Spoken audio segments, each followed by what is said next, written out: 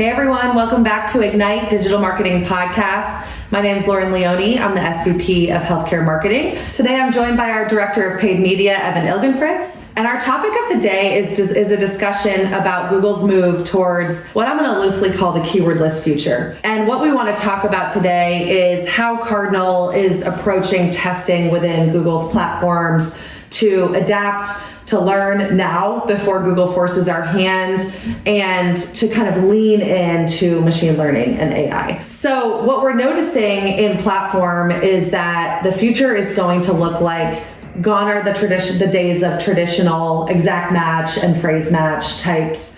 Ultimately, Google is going to say, tell me, the core keywords that describe what you do, give me a link to your domain, and I will read that and understand what it is that you do and what keywords to bid on.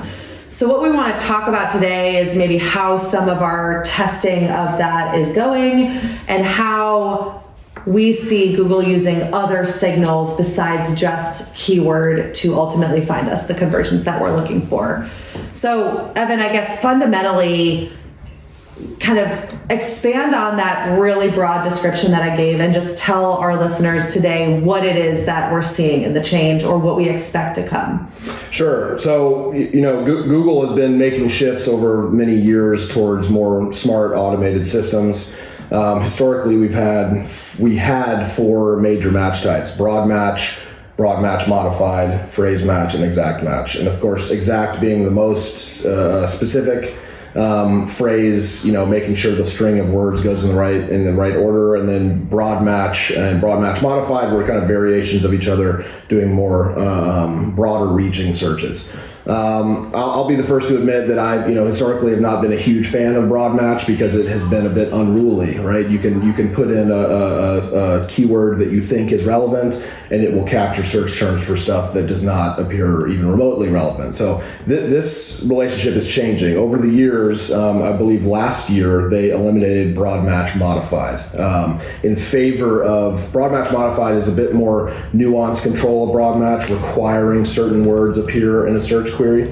But they eliminated that in favor of moving towards kind of adding that functionality to phrase and exact. So what we historically knew about exact is that it was literally what keyword you put in, it had to match that exactly. That's been evolving. They've added, plurals and close related terms to that list. So exact match is not quite as exact as it used to be. Phrase match has taken on more of broad match characteristics. So, the order of words can still be important, but the system will kind of reach out and try to find things that it seems are very relevant.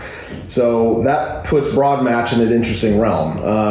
As I said, historically, we've kind of shied away from it because it was very hard to control. But now, as Google is moving towards this kind of automated machine learning future that we're all aware of, pushing more, recommending more accounts going to smart bidding and tactics like that, broad match is evolving as well. So essentially what's happening is broad match now has increased functionality that the other match types do not.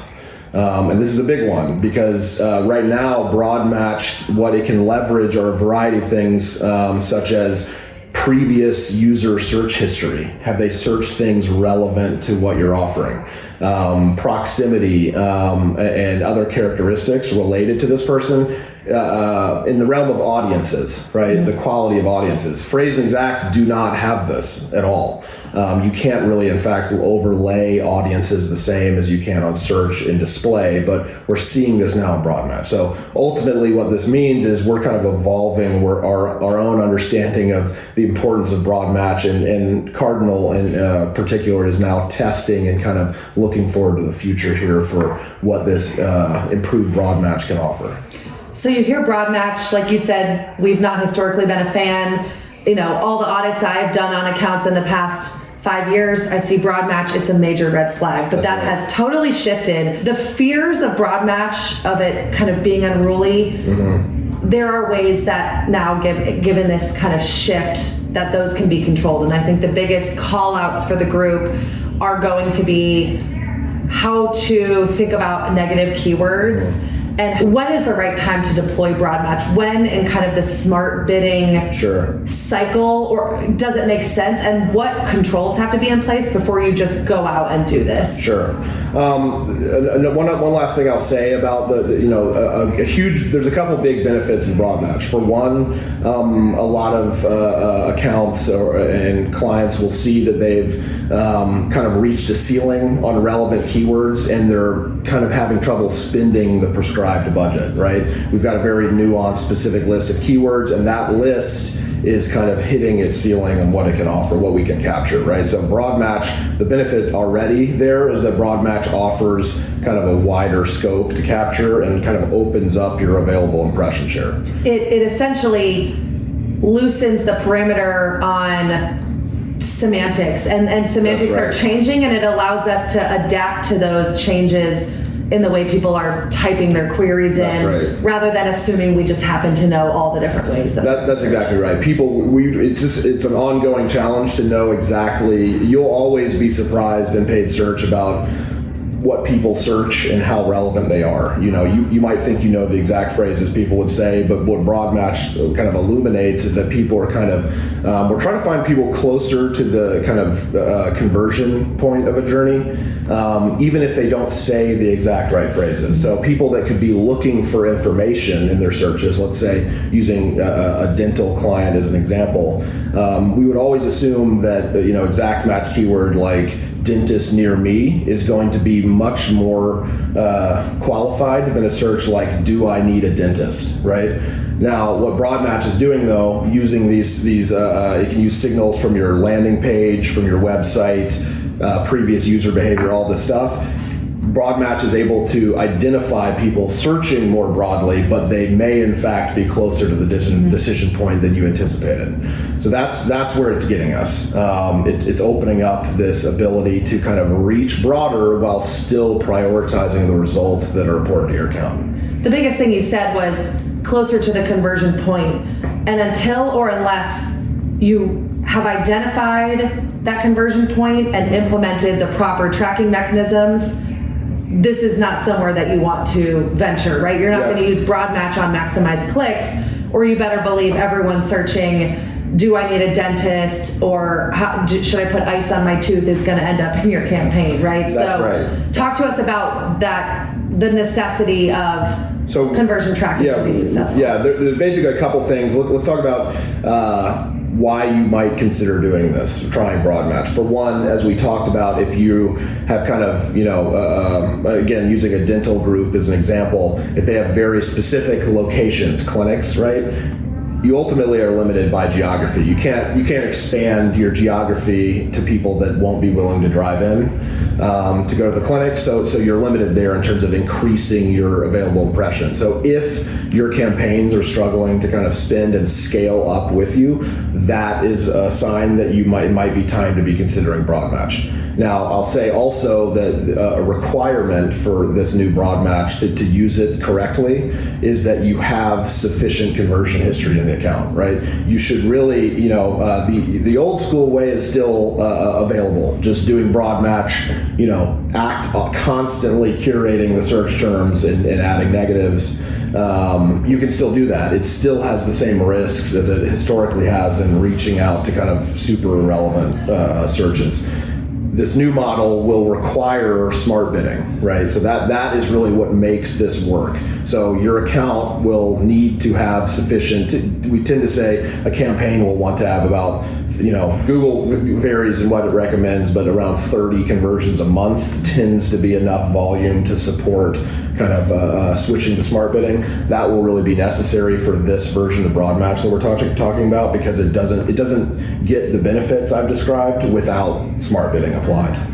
The audience benefits, the ability to tap into those other signals. That's right. So if you're not using smart bidding, you can still get a search for, do I need to go to a dentist? And it's still just as unqualified. Mm-hmm. The smart bidding allows the system to be like, this person has already been searching, they're ready to go, we're going to bid on them anyways. Yeah.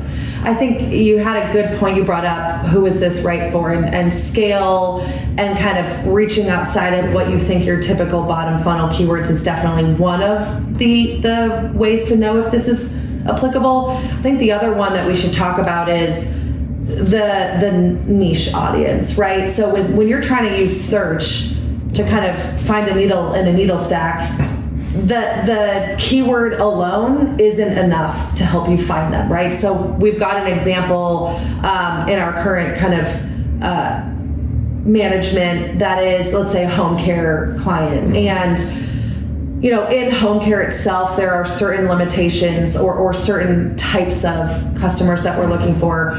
Customers that are more affluent, that can afford this service. Customers who aren't using things like Medicare, for example, there are plenty of home care agencies that do support Medicare, but this isn't one of them.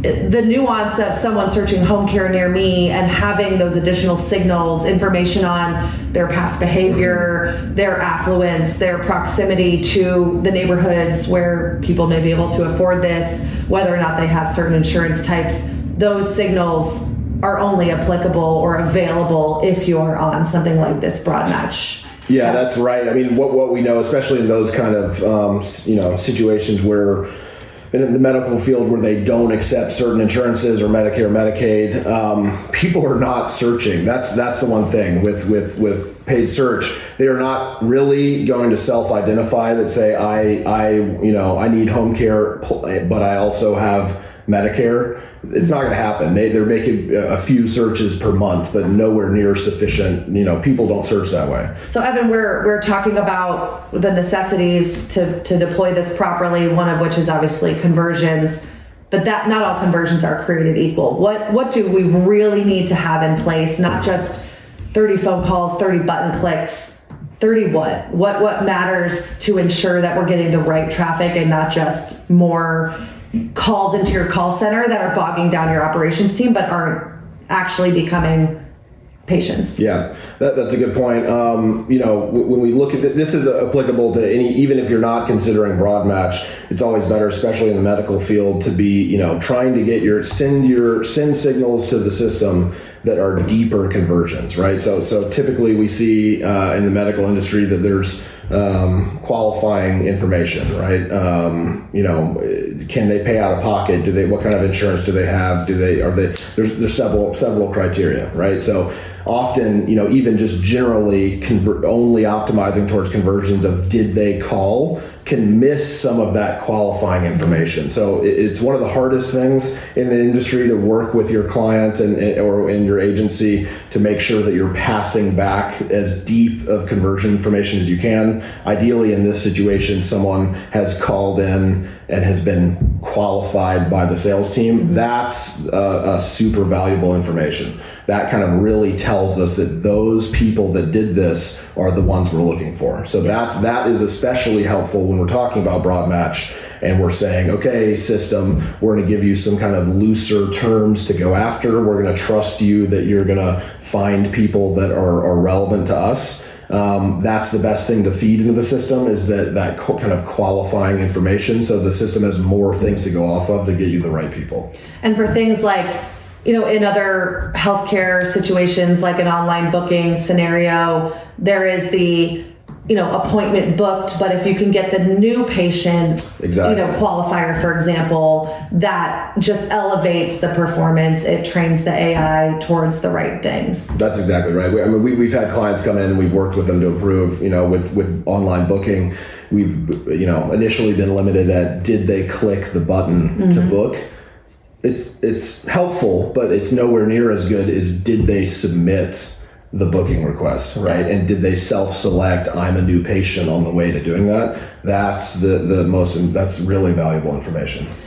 Thinking about the fact that Cardinal started testing this, do you have any really quick examples you can share? Maybe one that stands out in your mind of a client that we ran this test and that broad match test outperformed and really proved that this future is one that we can succeed in. Yeah. There's a couple things I'd want to call out. For one interesting thing about testing this broad match is that unfortunately the value of broad match in your account is most obvious when it is not side by side with phrase and exact keywords. What happens is typically phrase and exact are more nuanced selections of keywords. So the system, if you've got dentist near me broad match and dentist near me exact match, the system will default to giving it to exact match. So that's the trick with testing this, is that you kind of have to set up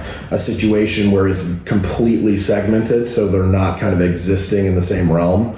We need clients to buy in, to say, sure, we're going to test this. It's going to be for 90 days. We're going to shut off what has generally been working. This is in an effort to ensure that we're skating where Google's puck is going. And when that time comes and they say, gone are exact and phrase, we're already teed up in the right position. That's right. And so what we've done to kind of mitigate the risk of testing this, typically, if you have a net new account, you can start this from the get-go to some degree. But a lot of these accounts will already be on phrase and exact primarily. So the trick there is to create that testing environment. Pretty simple, kind of select, you want to mitigate risk, but you also want to make sure you have enough data. So what we've done is we've done Google Ads experiment split tests. So we basically have, we take an existing campaign, leave that how it is as the control, and then the duplicate experiment campaign that runs side by side with it is only populated with the broad match terms that we're talking about here.